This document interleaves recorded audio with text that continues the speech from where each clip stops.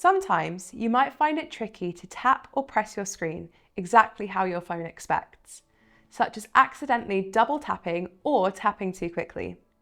If so, you can change how your device responds to touch using something called touch and hold delay and interaction control settings. Once you've unlocked your Android device, find the settings icon. It usually looks like a gear on a coloured background. If it's not on the first screen you see, you may need to swipe up to open your app drawer and scroll to find it. Once you've found it, tap to open. On the settings page, scroll down and tap on Accessibility.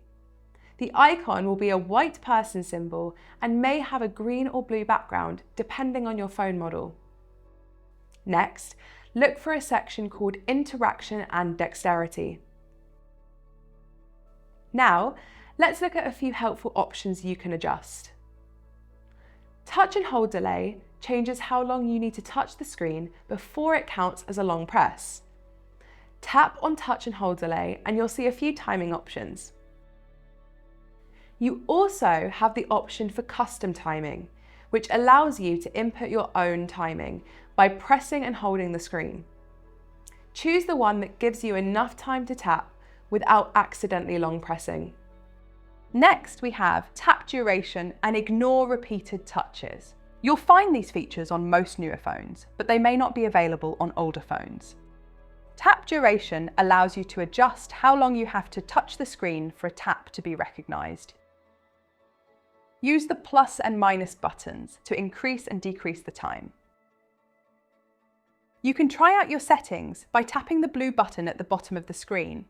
This will take you to a practice tool where you can tap 3 circles to test the touch duration settings and make sure they feel right.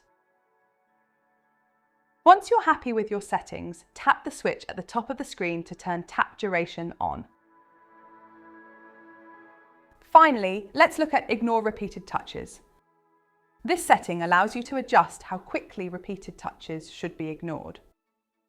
Use the plus and minus buttons to adjust the time. As before, press the blue button at the bottom of the screen to try out your settings. Use the 3 circles to perform multiple taps. After your first tap, you'll have to wait for the time you specified before subsequent taps will be registered. Once you're happy with your settings, tap the button at the top of the screen to turn Ignore Repeated Touches on. Once you've made your changes, you can press the back button or press the home button to return to the home screen. These settings can help make your Android phone much easier to use if you need a bit more time or precision when tapping and swiping.